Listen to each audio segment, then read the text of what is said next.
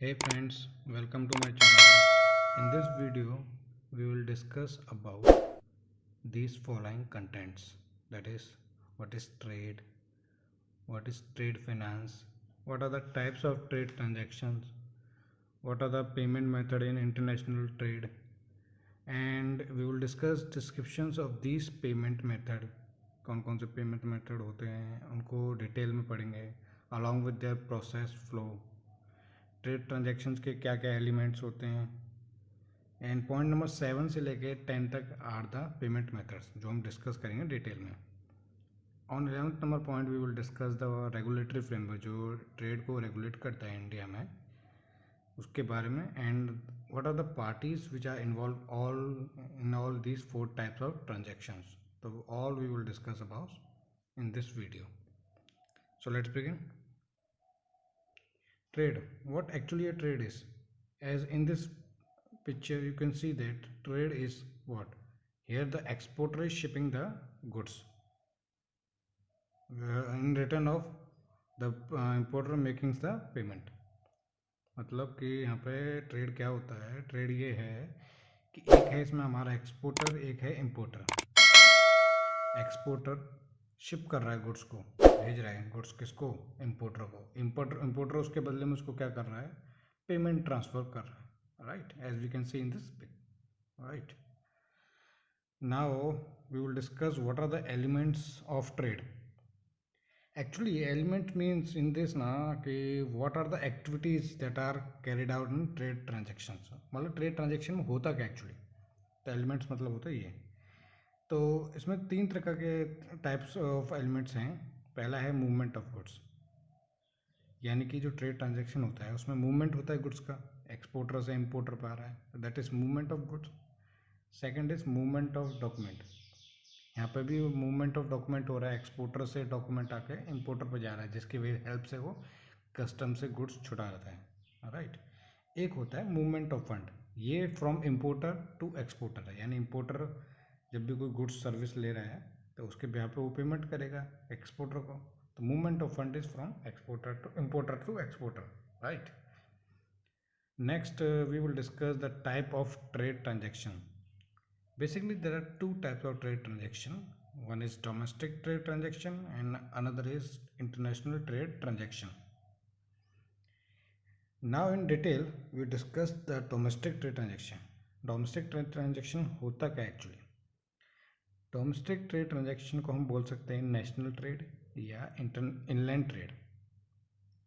Domestic trade होता है जो भी कोई ट्रेड ट्रांजेक्शन होता है किसी भी देश की जोग्राफिकल सीमा के अंदर, भूगोल सीमा के अंदर, किसी भी देश की भूगोल सीमा के अंदर जो भी ट्रेड ट्रांजैक्शन होता है that is called domestic trade.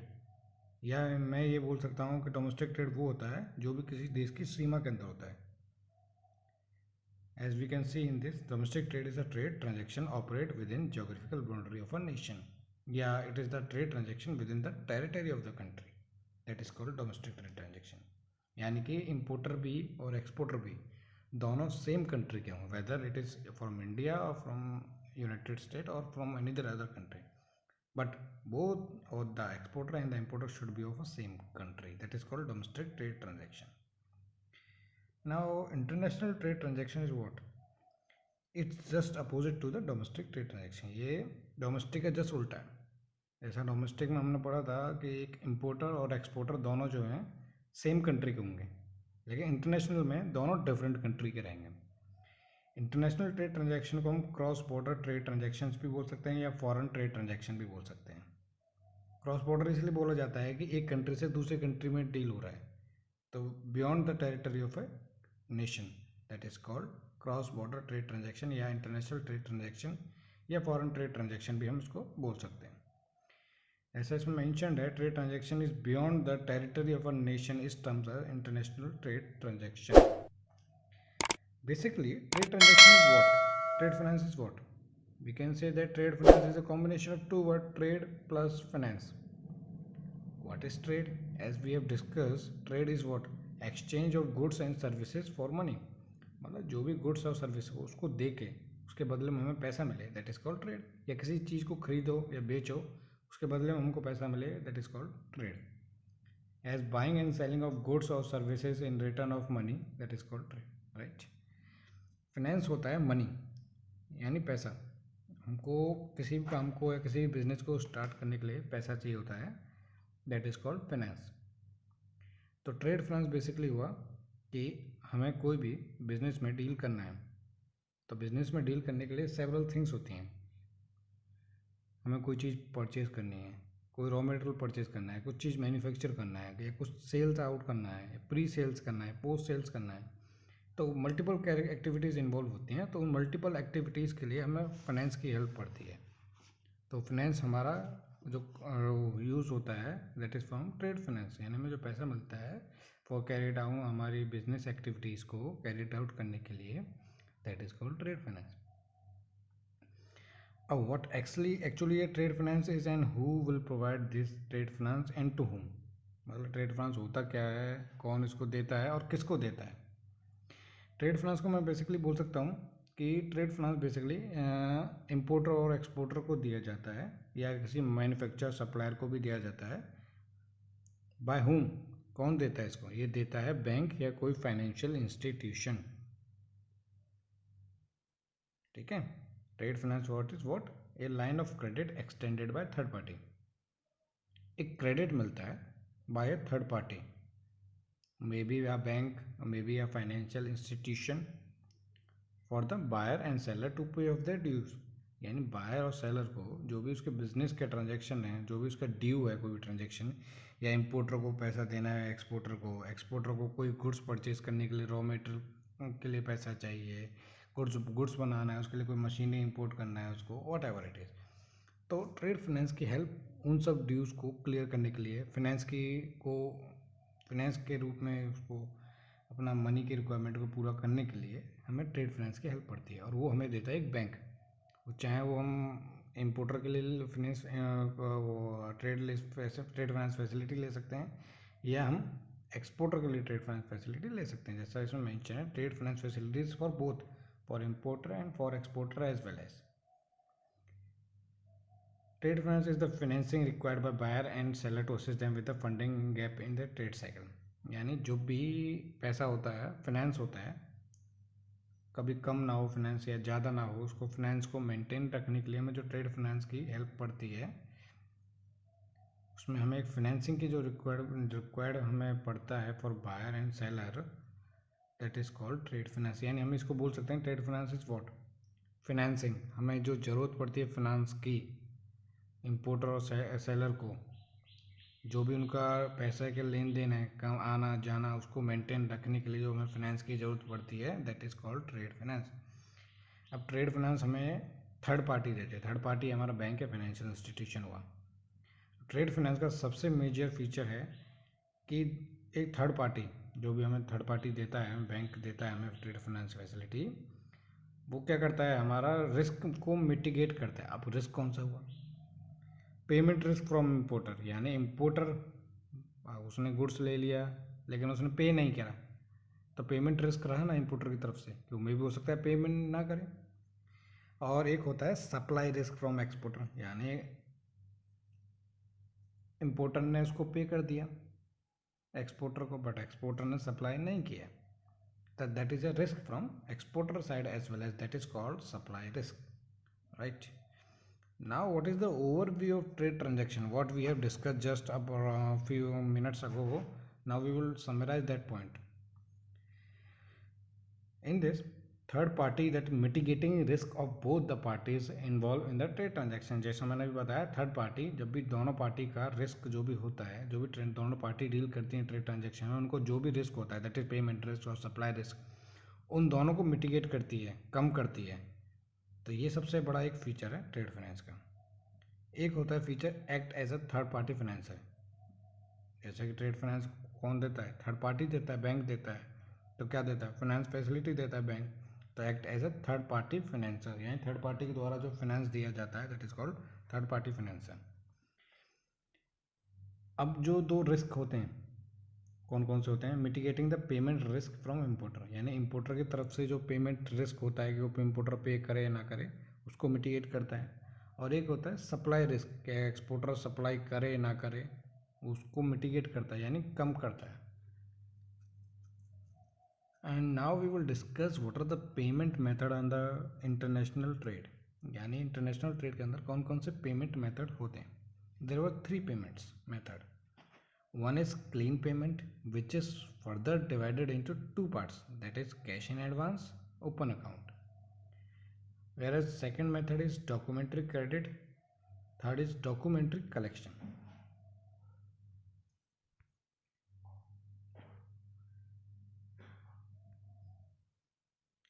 Cash in advance. What is this cash in advance? Sorry. Yes, cash in advance. In cash in advance, as the name suggests, cash in advance means is the advance payment made by the importer.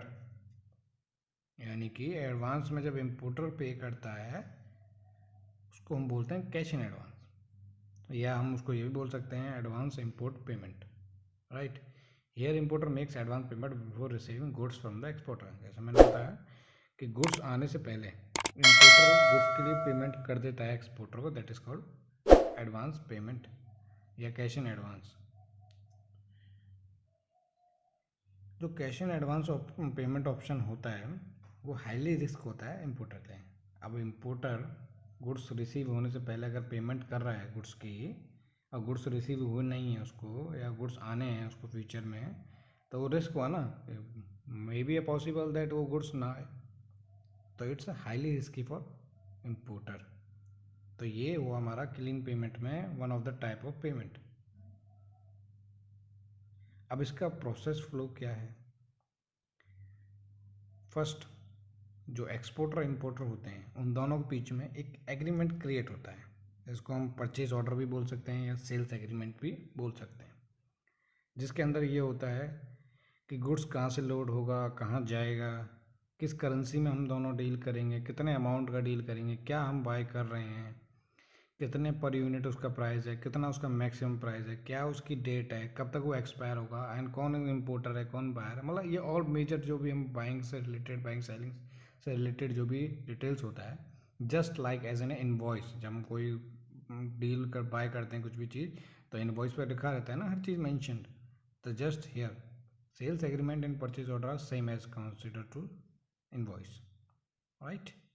Second, अभी हम पढ़ रहे हैं cash in advance, तो इसमें क्या करता है इम्पोर्टर एडवांस में पेमेंट करता है। तो now second point is transfer of payment from किससे, इम्पोर्टर से to exporter. A third option is that shipment of goods. Now after receiving payment, the exporter make the shipment of goods. Now we will discuss the second type of clean payment, which is called as open account payment. Open account payment को हम बोल सकते हैं direct import payment. जैसा नाम से हमें पता चल रहा है डायरेक्ट इम्पोर्ट, यानी कि इसमें एक्सपोर्टर गुड्स को पहले भेज देता है और उसको पैसा बाद में मिलता है, राइट।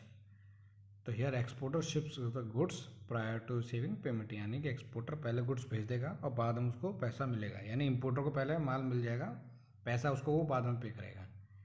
तो ओपन अकाउंट रिस्की हुआ फॉर होम, फॉर सेलर, क्योंकि वो तो पहले माल भेज रहा है ना, पेमेंट मिले ना मिले, तो रिस्की हुआ ना एक्सपोर्टर के लिए, राइट।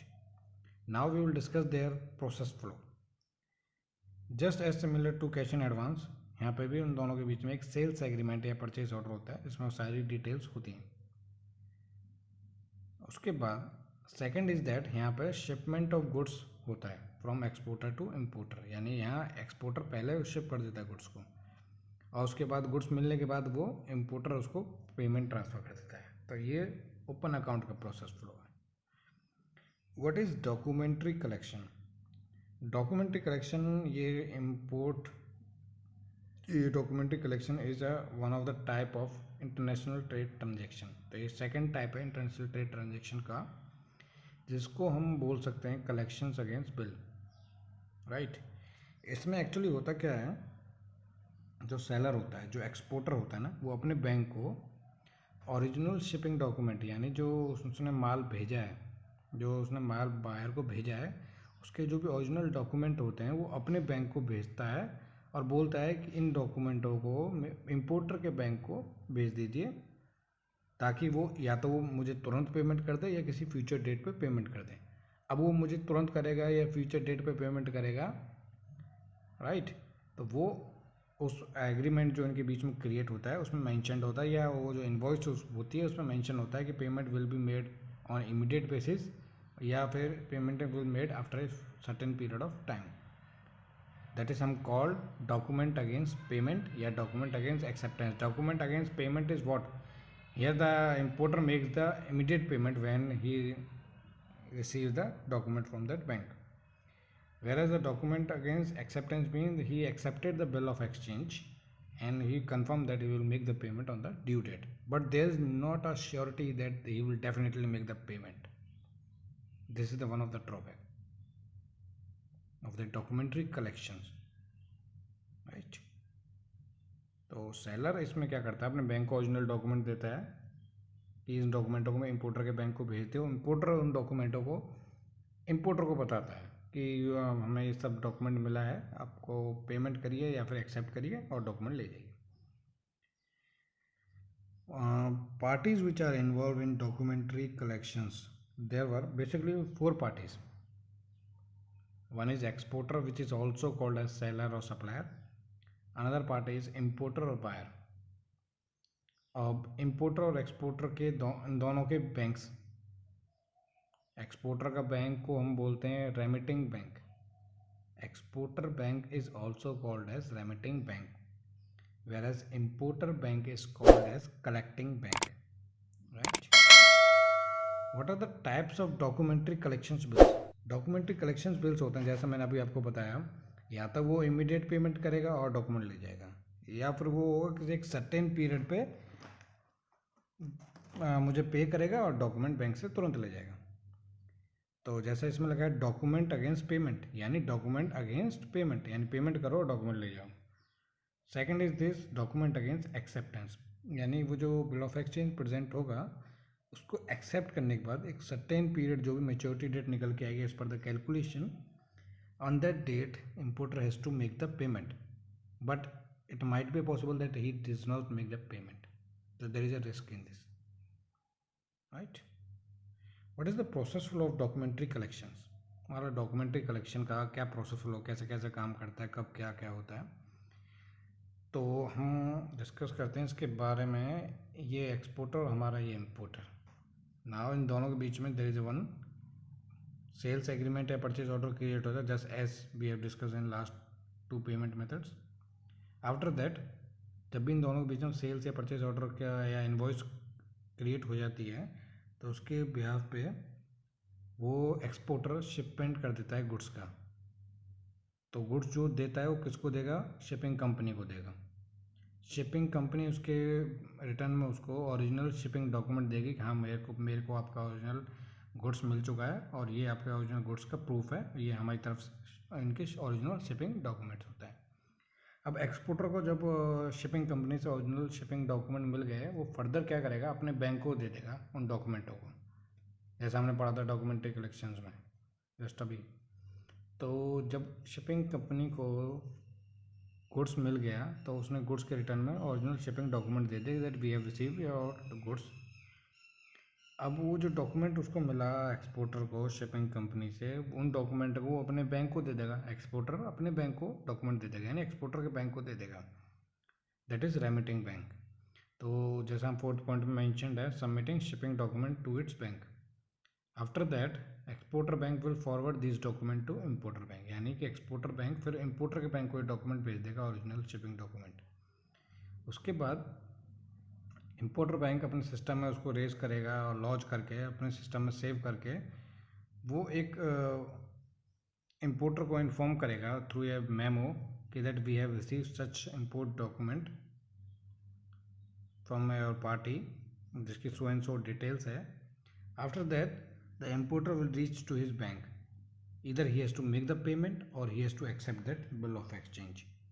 अब वो पेमेंट करेगा, बिल ऑफ एक्सचेंज एक्सेप्ट करेगा, वो उसके जो भी पेमेंट टर्म्स में मेंशन्ड है उसके अकॉर्डिंग उसको वो करना पड़ेगा, right.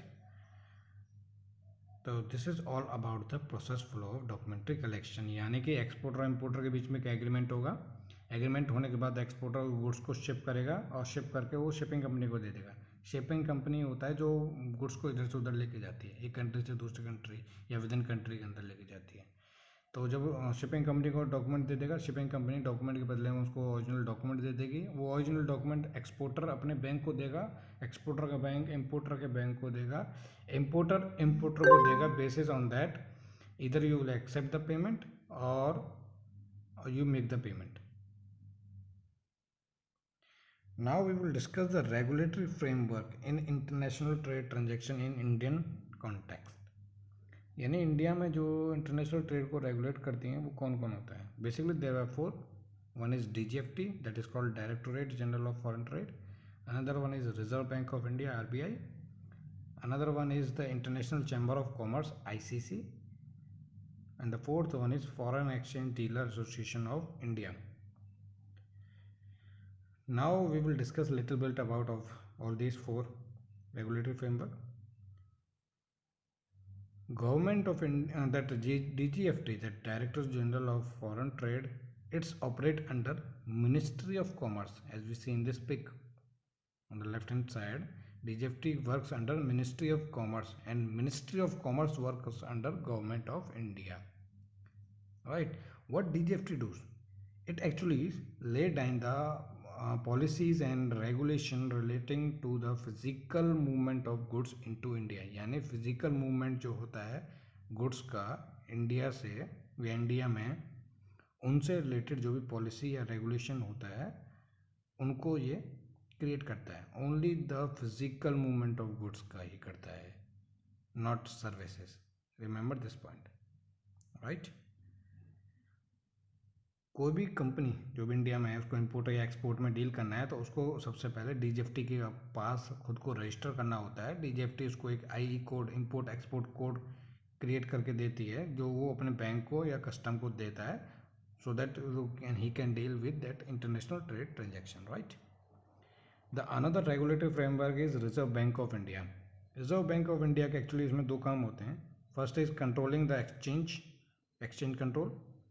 The second one is credit norm. Actually in exchange control na, RBI oversees the payment and the receipt by a resident to a non-resident and vice versa. मैं मतलब कि RBI इसमें जो पेमेंट आता है या पेमेंट जाता है अपने इंडियन रेजिडेंट को या नॉन रेजिडेंट को, उन सब पेमेंट्स पे वो ट्रैक करता है। यानी कि जो भी इंडियन रेजिडेंट है या नॉन रेजिडेंट है या नॉन रेजिडेंट से रेजिडेंट पे आया, रेजिडेंट से नॉन रेजिडेंट पे गया, जो भी पेमेंट इंडिया में गया या इंडिया से आया, चाहे वो नॉन रेजिडेंट से या रेजिडेंट से या रेजिडेंट से या नॉन रेजिडेंट से, उन सब पेमेंट पर ट्रैक करता है RBI. That is called exchange control, right. The second one is the credit norm. Credit norm is we can say that the credit being extended to another party is controlled by RBI. यानी कि कोई भी किसी भी तरीके का credit कोई party किसी पार्टी को एक्सटेंड करके देता है। यानी कि एक होता है ट्रेड क्रेडिट के अंदर होते हैं दो credit, supplier credit and buyer credit, जिसको हम आगे वीडियो में हम पढ़ेंगे। तो इन दो क्रेडिटों को बेसिकली आरबीआई कंट्रोल करता है अंडर इस क्रेडिट नॉर्म। कि कोई भी पार्टी अगर दूसरी पार्टी को कोई भी तरीका क्रेडिट दे रही है उसको कंट्रोल करता है RBI. ICC, international chamber of commerce, actually में होता है कि इसमें ये यूसीपी 600 को उसने क्रिएट किया है for governing the transactions of letter of credit. यानी लेटर ऑफ क्रेडिट को जो गवर्न करता है, लेटर ऑफ क्रेडिट के जो ट्रांजेक्शन्स को रेगुलेट करता है, दैट इज आईसीसी। इसने यूसीपी 600 को क्रिएट किया है, जिसको हम पहले यूसीपीडीसी बोलते थे। The fourth one is foreign exchange dealer association of India, FEDAI. Actually ये सेल्फ रेगुलेटरी ऑर्गेनाइजेशन है जिसके कुछ काम्स होते हैं, जैसे कि वो गाइडलाइंस या रूल्स को इशू करना होता है रिलेटेड टू फॉरेक्स बिजनेस, या बैंक पर्सनल को ट्रेनिंग देना in the area of foreign exchange business, या announcing daily and periodical rate to the member bank. These were the tasks handled by the FEDI. What is documentary credit? Now we will discuss what is documentary credit. Documentary credit, we can also call it as letter of credit और we can say that LC. LC क्या होता है? ये एक document होता है जो issue करता है इशूइंग बैंक, किसके बिहाफ पे? इम्पोर्टर के बिहाफ पे, जो ये गारंटी देता है कि वो पेमेंट कर देगा टू किसको? तो एक्सपोर्टर को, against the payment for goods and services, बशर्ते जो एक्सपोर्टर डॉक्यूमेंट प्रोवाइड करे that are comply with the terms and condition of that credit. यानी कि इम्पोर्टर का बैंक, जिसको हम इशूइंग बैंक बोलते हैं, वो इम्पोर्टर के बिहाफ पे एक्सपोर्टर को पेमेंट का कंफर्मेशन देता है कि हम पेमेंट करेंगे अगर इम्पोर्टर आपको पेमेंट नहीं करता है फॉर द गुड्स और services which you are rendering, but the exporter need to provide the acceptable documentation which was stated in the debt letter of credit। यानी कि जब भी एक्सपोर्टर ने जो डॉक्यूमेंट सबमिट करे इम्पोर्टर के बैंक के पास, दैट इज इशूइंग बैंक के पास, वो अगर लेटर ऑफ क्रेडिट के टर्म्स के अकॉर्डिंग है तो इशूइंग बैंक उसको पे करेगा, वेदर दैट एप्लीकेंट पेज और not, right. What are the parties which are involved in letter of credit? Actually, there were 4 parties. If we discuss about a normal LC, अगर मैं एक साधारण LC की बात करूं तो उसके अंदर बेसिकली 4 पार्टीज होती हैं, एक इम्पोर्टर, एक एक्सपोर्टर और इन दोनों के बैंक, राइट। जिसको एक्सपोर्टर को मैं सेलर भी बोल सकता हूँ, सप्लायर भी बोल सकता हूँ, बेनिफिशियरी भी बोल सकता हूँ। एप्लीकेंट, इम्पोर्टर, बायर, ये तीनों एक होते हैं। इम्पोर्टर का बैंक, उसको मैं एप्लीकेंट बैंक भी बोल सकता हूँ और इशूइंग बैंक भी बोल सकता हूँ और ओपनिंग बैंक भी बोल सकता हूँ। ये नेम आपको याद रखने पड़ेंगे अगर आपको एलसी में थोड़ा सा डीप में अंडरस्टैंड करना पड़ेगा, क्योंकि किसी भी नाम से कहीं पे कोई पूछा जा सकता है। Exporter bank is also called as advising bank. What are the types of documentary credit bills, or we can say the availability of a documentary credit? यानी डॉक्यूमेंट्री क्रेडिट जो है यानी एलसी जो है किस मेथड से अवेलेबल रहेगा, यानी कितने टाइप्स के बिल उसमें प्रेजेंट किए जा सकते हैं। First is site bill payment. Site bill payment, actually it means that whenever the payment, whenever the document is submitted by the exporter to his bank and his bank submitted this document to importer's bank, then the importer has to make the payment on an immediate basis, or we can say that on a site basis, means that when the payment means that payment has to be made on immediate basis। यानी कि जब भी importer के bank के पास document आ जाएंगे तो importer को on the spot payment करना पड़ेगा, यानी इमीडिएट पेमेंट करना पड़ेगा, जिसको हम साइड पेमेंट भी बोल सकते हैं। साइड पेमेंट करेगा then he can take out the document from the bank, यानी वो साइड पेमेंट करेगा, बैंक से डॉक्यूमेंट ले जाएगा। Now we will discuss the fourth one, that is the usance bills. Usance bill is that in this now, whenever the document is received by the issuing bank from the exporter, then the issuing bank will inform the importer that you will accept this document and make the payment on the due date। यानी कि यूजांस bills में होता है उसको तुरंत payment नहीं करना है, किसी फ्यूचर डेट में, जो भी फ्यूचर डेट उसकी एग्रीमेंट के बेसिस पे निकल के आती है, इनवॉइस के बेसिस पे निकल के आती है, पेमेंट टर्म्स के बेसिस पे, वो भी जो फ्यूचर पेमेंट डेट आती है, मेच्योरिटी डेट आती है बिल की, उस पर उसको पे करना होता है। यानी कि साइड बिल पेमेंट में तो उसको ऑन द स्पॉट पे करना है और डॉक्यूमेंट ले जाएगा, फिर पे करेगा और डॉक्यूमेंट ले जाएगा, फिर गुड्स छुड़ा लेगा। यूजांस बिल में क्या होता है, वो एक्सेप्ट कर लेगा कि वो किसी फ्यूचर डेट में पे कर देगा, जो भी उसकी फ्यूचर डेट आ रही है उसके टर्म्स के बेसिस पे, और वो डॉक्यूमेंट ले जाएगा। तो यानी यूजांस में वो तुरंत ले जाएगा और पेमेंट बाद में करेगा, और साइट में वो तुरंत पेड करेगा और फिर तुरंत डॉक्यूमेंट ले जाएगा। अब आता है हमारा 2 टाइप का पेमेंट बचे हैं, एक होता है हमारा नेगोशिएशन, एक होता है डेफर्ड पेमेंट, राइट। इन नेगोशिएशन ना, नॉमिनेटिंग बैंक जो होता है वो नॉमिनेशन पे एक्ट करेगा, यानी कि वो नॉमिनेशन बैंक जो उसके अंदर होगा ना, वो या तो एडवांस दे देगा या एग्री करेगा को एडवांस पे कर देगा बेनिफिशियरी को, यानी एक्सपोर्टर को, राइट। मतलब कि नेगोशिएशन होता है कि जो बेनिफिशियरी है उसको पैसा चाहिए एडवांस में, but importer is not capable of making the payment on a side basis. तो व्हाट एक्सपोर्टर डूज ना, तो इसके अंदर एक नॉमिनेटिंग बैंक होता है, नॉमिनेटिंग बैंक कोई भी हो सकता है। तो नॉमिनेटिंग बैंक को उसमें क्या करता है कि जब भी एक्सपोर्टर नॉमिनेटिंग बैंक के पास डॉक्यूमेंट सबमिट करता है, नॉमिनेटिंग बैंक उस डॉक्यूमेंट को चेक करेगा वेदर कि वो एलसी के अकॉर्डिंग है या नहीं है। अगर एलसी के अकॉर्डिंग है तो वो एक्सपोर्टर को एडवांस में पैसा दे देगा, राइट। नॉमिनेटिंग बैंक एक्सपोर्टर को एडवांस में पैसा दे देगा, जिसको on maturity date issuing bank nominating bank को पैसा दे देगा, राइट। इसमें क्या होता है ना, एक्सपोर्टर को पहले पैसा मिल जाता है, वो नॉमिनेटिंग बैंक के पास डॉक्यूमेंट देगा, नॉमिनेटिंग बैंक उसको चेक करेगा, डॉक्यूमेंट ओके, वो उसको फंड ट्रांसफ़र कर देगा उसके एक्सपोर्टर को, और फंड एक्सपोर्टर को ट्रांसफ़र होने के बाद तो मैच्योरिटी डेट पर इशूइंग बैंक नॉमिनेटिंग बैंक को रिइंबर्स कर देगा, right. This is called negotiation. Negotiation में सिंपल वर्ड्स मंथ ये है कि इसमें इशूइंग बैंक को तुरंत पे नहीं करना है, इशूइंग बैंक को किसी फ्यूचर डेट पे करना है, but here the nominating bank जो है वो पे करता है on advance basis whenever the exporter requested to make the payment on immediate basis. यानी जब भी एक्सपोर्टर बोलता है कि मुझे अभी पैसा चाहिए तो नॉमिनेटिंग बैंक उसको पैसा कर देता है तुरंत, दैट इज कॉल्ड नेगोशिएशन, और बाद में इशूइंग बैंक उसको फंड कर देता है on maturity date. This is called negotiation. Now there is fourth point, that is deferred payment. What is deferred payment? Actually the deferred payment is the payment we can say that due at some time in future और due date which is calculator. यानी कि हम ये बोल सकते हैं कि payment deferred payment वो पेमेंट होती है जो आगे किसी फ्यूचर टाइम में ड्यू हो। फॉर एग्जांपल मैं ये बोल सकता हूँ कि डेट ऑफ डॉक्यूमेंट के बेसिस पे कोई डेट निकालें उस पर ड्यू होती है, या शिपमेंट की डेट क्या है उसके बेसिस पे उसकी मैच्योरिटी डेट निकले, या इनवॉइस की डेट क्या है उसके बेसिस पे मैच्योरिटी डेट निकले। तो ये होता है डेफर्ड पेमेंट।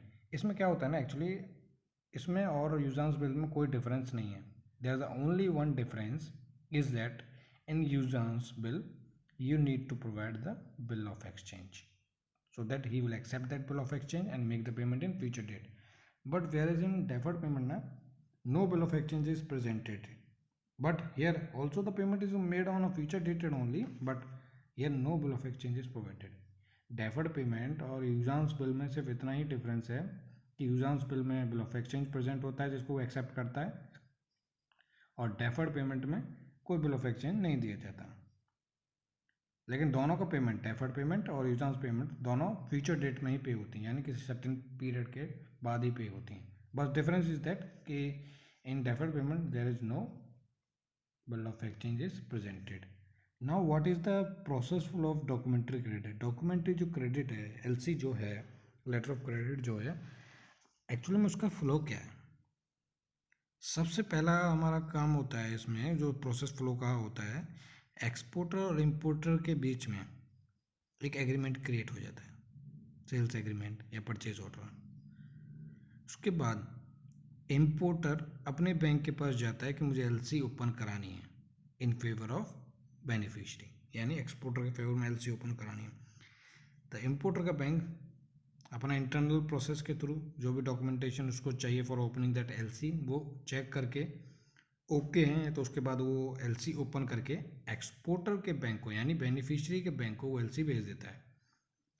अब बेनिफिशियरी के बैंक के पास, एक्सपोर्टर के बैंक के पास, जिसको हम एडवाइजिंग बैंक बोलते हैं, जब उसके पास एलसी जाएगा तो वो अपने पार्टी को इन्फॉर्म करेगा, यानी कि एक्सपोर्टर को इन्फॉर्म करेगा मेरे पास इस पार्टी से, इस बैंक के थ्रू मेरे पास ये एलसी आई है, इतने अमाउंट की आई है, तो आप एक बार please go through this LC.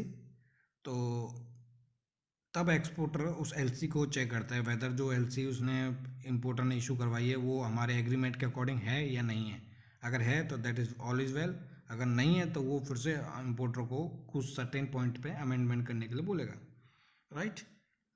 अगर document is that LC is according to that agreement, तो उसके बाद ना एक्सपोर्टर क्या करेगा, अपना गुड्स शिप कर देगा, शिपिंग अपना माल शिपिंग कंपनी को दे देगा, शिपिंग कंपनी उसको ओरिजिनल डॉक्यूमेंट दे देगी, और जब वो ओरिजिनल डॉक्यूमेंट उसको मिल जाएंगे तो वो अपने बैंक को सबमिट करेगा। In normal NC we are discussing, तो वो अपने बैंक, एक्सपोर्टर अपने बैंक को ओरिजिनल डॉक्यूमेंट देगा, उसका बैंक उसको अपने सिस्टम में सेव करके फिर अपने पार्टी के बैंक को यानी इंपोर्टर के बैंक को भेजेगा एक्सपोर्टर का बैंक।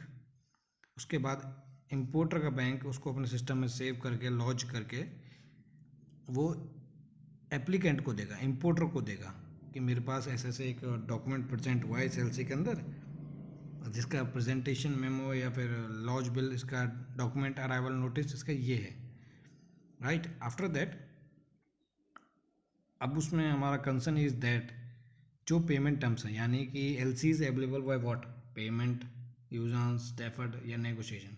एलसी किस मेथड से अवेलेबल है उसके अकॉर्डिंगली उसको पे आउट करना पड़ेगा। If it is available on sight basis तो he has to make the payment immediately. If it is a LC available by users, then he has to accept that bill of exchange and he has to make the payment on the future maturity date.